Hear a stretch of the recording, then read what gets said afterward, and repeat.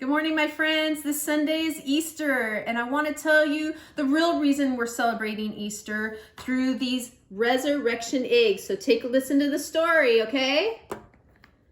So Jesus told two of his disciples to go into the village and that they would find a donkey there. He asked them to bring the donkey to him.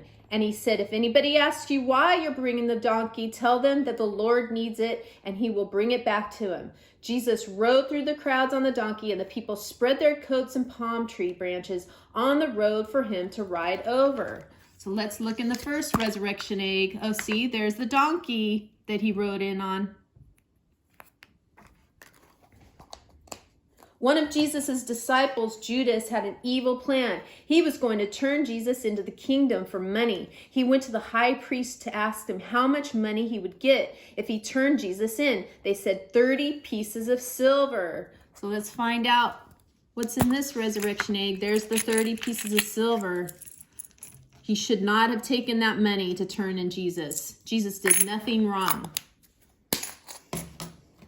Jesus had a special dinner with his disciples. Jesus held out a cup for everyone to drink. There was wine in the cup, and Jesus asked them to drink to remember him, that he was making them a promise. So let's keep listening to the story to see what that promise was.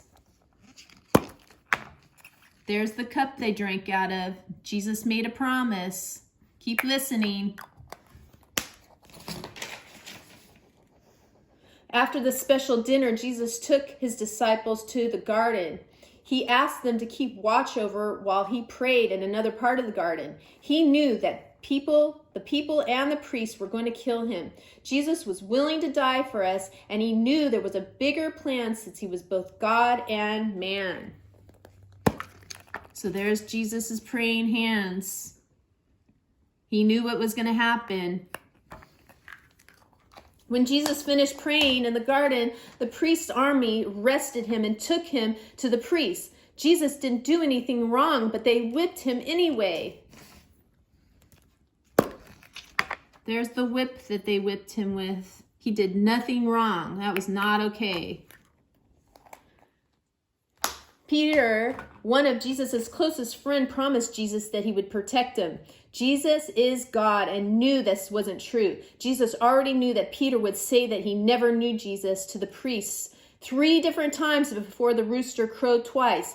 It came true, and Peter cried and ran away when the rooster crowed 3 times. There's the rooster that crowed. Jesus was right. He was able to predict what was going to happen. Now the soldiers teased Jesus and put a crown on him, but not a real crown. It was a crown of thorns, and they pretended to bow down to worship him and laughed at him. Jesus, being God, could have stopped all this from happening, but he wasn't taking the punishment.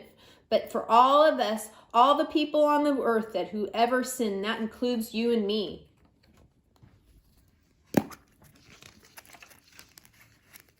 There's the crown of thorns.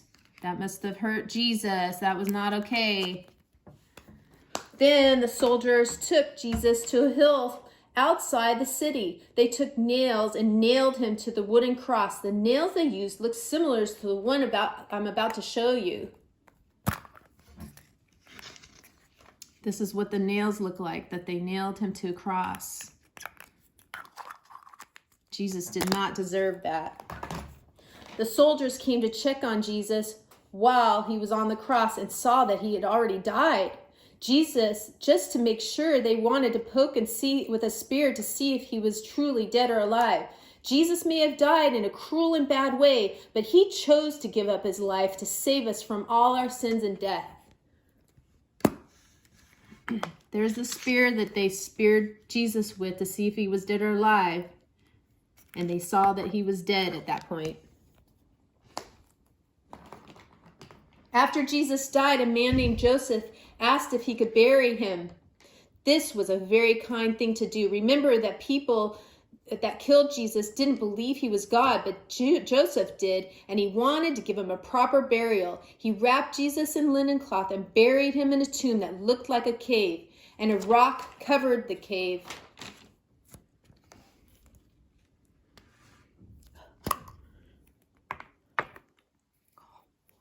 There's the linen cloth that he wrapped him in.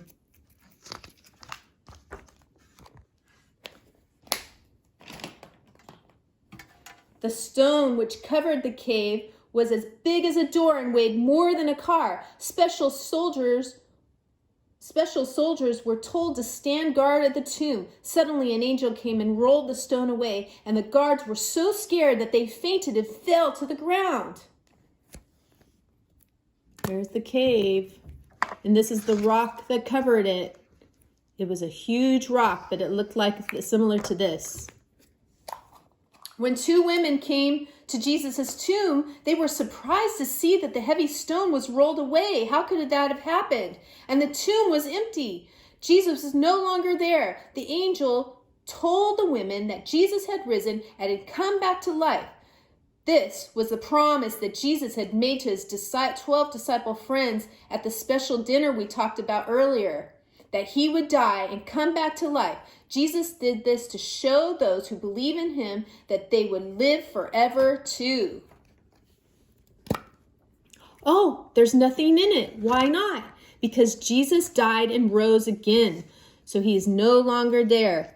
So my friends, this is the story of Easter. I wanted to share this important Easter story with you because it's not all it's about bunnies and chocolates and candies. It's about Jesus' resurrection, and we thank Jesus for that. Miss you, love you guys so much. Be on the lookout for my phonics video this next week, okay? Happy Easter.